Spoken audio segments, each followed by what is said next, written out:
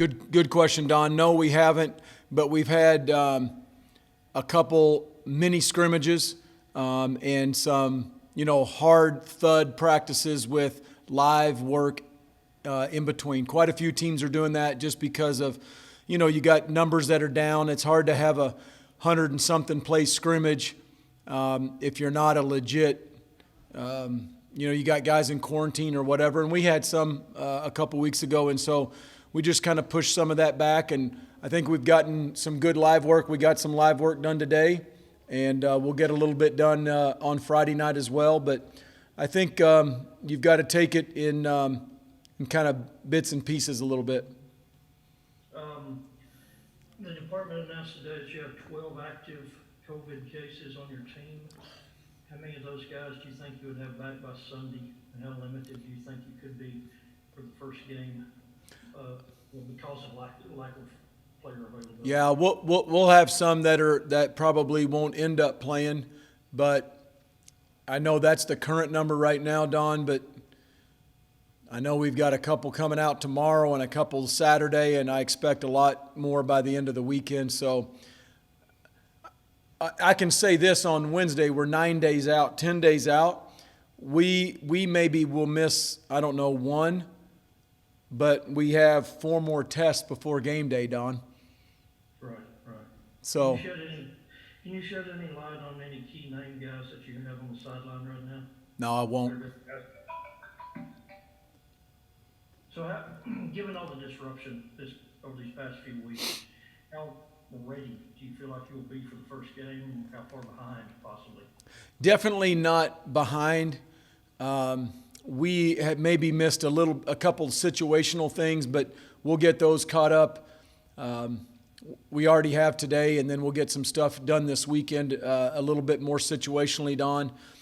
The thing that I do take confidence in is during those 9 OTAs that we had at the end of July, we did quite a bit of situational stuff early on, quite a bit. And so you're going to have to bank on recall this year. I know there's a lot of teams in the same boat. Your numbers, no, I don't mind keep talking about it. Your numbers really could fluctuate from a Sunday to a Wednesday to a Friday. Guys, this is going to be, there's going to be a ton of variables this fall for every team that you can have I feel here's where I am at on Wednesday, and then Friday morning I could be somewhere else. It's there's a lot of variables in this testing for all of us, especially as many times you're testing. Go to Chuck Carlton. Hi, Coach. Just wanted to get your thoughts on Colin coming on board, what you're getting in him, what his learning curve is going to have to be, kind of coming in a little late. And the second part to that, you could just walk us through the evaluation process that you go through on any, before taking the transfer. Kind of the homework you do, what goes into that. Yeah. Because you've done that very successfully, it looks like, the last 2 years. Yeah, thanks, Chuck. Let me start with the second one first, Chuck. In terms of the evaluation, you put a name with a jersey number of a guy you just played last year, and my first recollection is, yeah, that's number 7. We'll take him. And it went about that quick. And then before I said, whoa, hold on, you turn the tape back on and you watch, and you get through the first quarter and a half, and you're like, yeah, absolutely, he can play here at Texas Tech. I remember watching through, maybe the middle of the third, and he already had 7 or 8 tackles, and he played very well against us. I remember the amount of respect that our offensive staff had for him going into the week. We knew Fields could really, really run, and Colin does not run as well as Fields, but Colin is a football playing fool, and the guy can, he can beat tackles, beat an offensive tackle up and under. I've seen him head and shoulder a guard. I've seen him cage and then get off, make open field tackles. The guy can run and play football. Obviously, you guys have seen his career stats. In terms of the Chuck, do you mind repeating the first question for me? The first part of the question? Yeah, you've already covered kind of what he brings to the table. I was just curious, about the learning curve coming in a little bit late to the process here, Yeah. before the opener. Well, the guy's played 3 years at a high level, and when you get here, he comes in and he knows how to study the game. He has his notepad. He's writing down everything Keith Patterson says. Early on, oftentimes those guys will do an analogy or I don't know, is that the right English word? No, it's not an analogy. What's it? Acronym? Yeah, no. What's same as? Simile? That's it, simile. Same as. Is that right? A synonym? Like, Yes, Carlos is saying yes. Yeah, okay, so, yeah. So he will take a call here at Texas Tech and go, oh, that's same as, and he'll put it in his mind early on what it used to be called at Arizona. And so there'll be a game like that for a little while that he's going to have in his head. And so, Chuck, the learning curve, first of all, it's got to be pretty quick to get on the field. You're going to see him play a lot of football. He's pretty smart. He's picking it up really quick. I'll just give you the evaluation of that. But, yes, he is. And you know what's helped him? Here's been an interesting thing, Chuck. Like if he would have come in at the beginning of maybe the OTAs, the playbook is just like this big on defense, and it just keeps adding. And then when you get to game week, it gets cut back to right here. He came in, the middle of last week, and it was already getting pared down at the end of training camp. So he really hadn't had to learn everything. But I think his learning curve will it'll really improve as the year goes on. But he's a quick learner. He's smart. You're going to see him on the field. He can make plays. Go to Billy Watson. Hey, Coach, kind of going off of that, for Colin, kind of a weird situation how Marcus Ingram came in like later in closer to the start of football season, and he got to see some playing time in the field.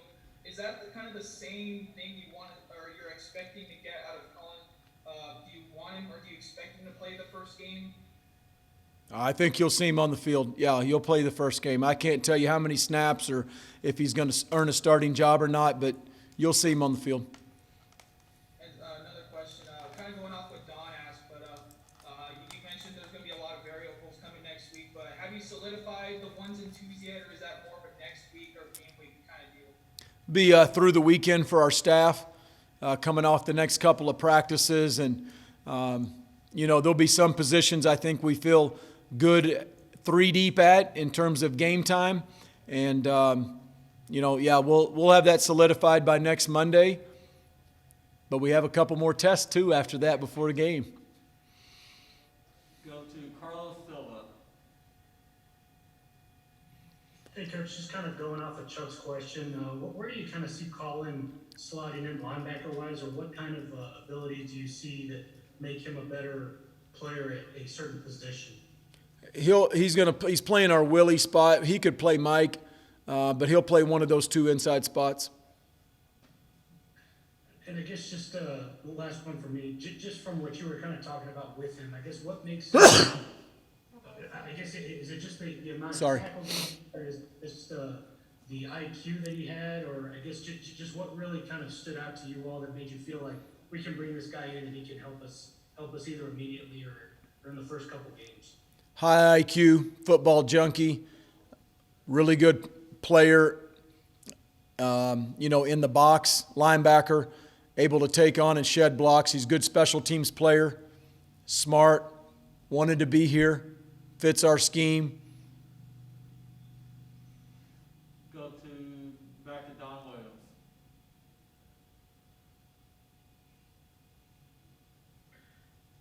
So, Matt, you said with Colin playing Will, so Mike then is Rashawn Merriweather?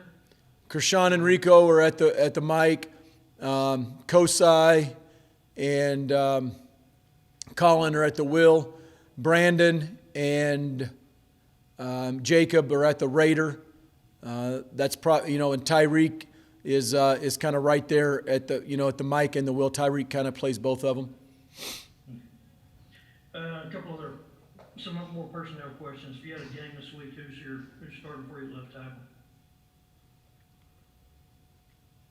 It's a good question. We don't have to play for 10 more days. I'll defer on that question. Who's making the best case to be your second tight end? That's a really good question, and I wish somebody would come up and take the spot, to be honest with you. Connor Killian's very consistent. Lloyd has his days, needs to be more consistent, but he has his days where he looks pretty good, and especially in the run game. Simon, has got physical skills. He can run and he can catch. John Holcomb can really run and catch. We need somebody to step up and take it. I couldn't tell you right now, Don. To what extent is there a battle for your number 2 quarterback? Has Henry had enough time yet to make a case for that job? That job will probably go all the way into the first game, and then through the first game into the next few weeks. That will be a battle that's not been solved yet, and it's not been won yet. So somebody's got to distance themselves in that battle. Go to Nathan. Hey man, so I'm just kind of curious, you guys were going through the social justice, and that's a big conversation you guys had, your community outreach. One, how is that conversation kept going this week, and how is it for you guys as a coaching staff? How do you keep that conversation going beyond this for your players? Yeah, it's really important to me. Thanks for the question. To keep that going, it's important to our players. It's important to me as the head coach of this program. I've had a couple of personal meetings the last couple of days of some things outside this building we're going to be able to get going. We've got Chief Floyd Mitchell is coming in again tomorrow to talk to our guys tomorrow post-practice. We haven't, we're going to do some things on the east side Saturday morning to help with Habitat for Humanity. We've got more things coming up. Those things are important to me. Some are long-term, and long-term changes, hopefully, in our community as well as on our campus. And some of them are short-term. So I think it's a combination of both. It's extremely important to me that we do that. And I believe we can make a change. I believe it's part of my role to help do that. I think we can make a change on our campus and our community. Our players are invested to do that and play and to go to class at the same time. And certainly it's a challenge to keep that up during football season, but I believe we're committed to doing it. Go back to Chuck Carlton.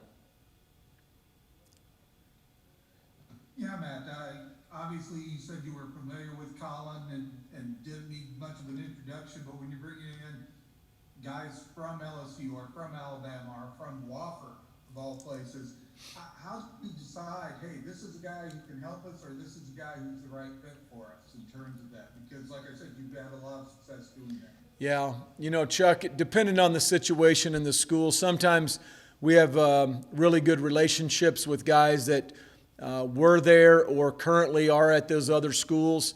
I think the more Zoom calls and the FaceTime calls that you do and you get to know somebody, I think the key is why they're leaving. What are they looking for?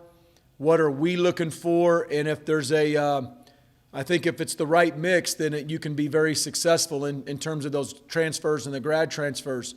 That's been my approach ever since I became a head coach and we kind of started taking transfers. I just think what you have for them has to be exactly what they're looking for, and they're exactly what you're looking for. And if you can, then I think it's a good match. And then a quick question.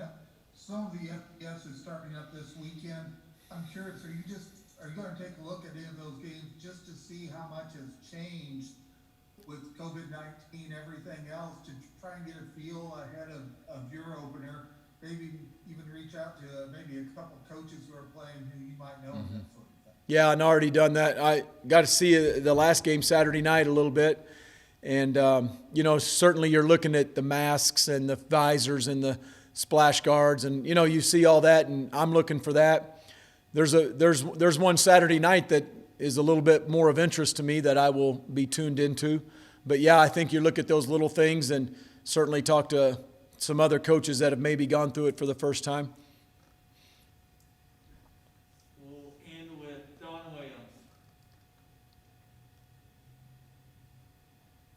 Matt, a couple of veteran guys whose names have not really been talked about much over the last few weeks. I wanted to see kind of what roles they're earning for themselves.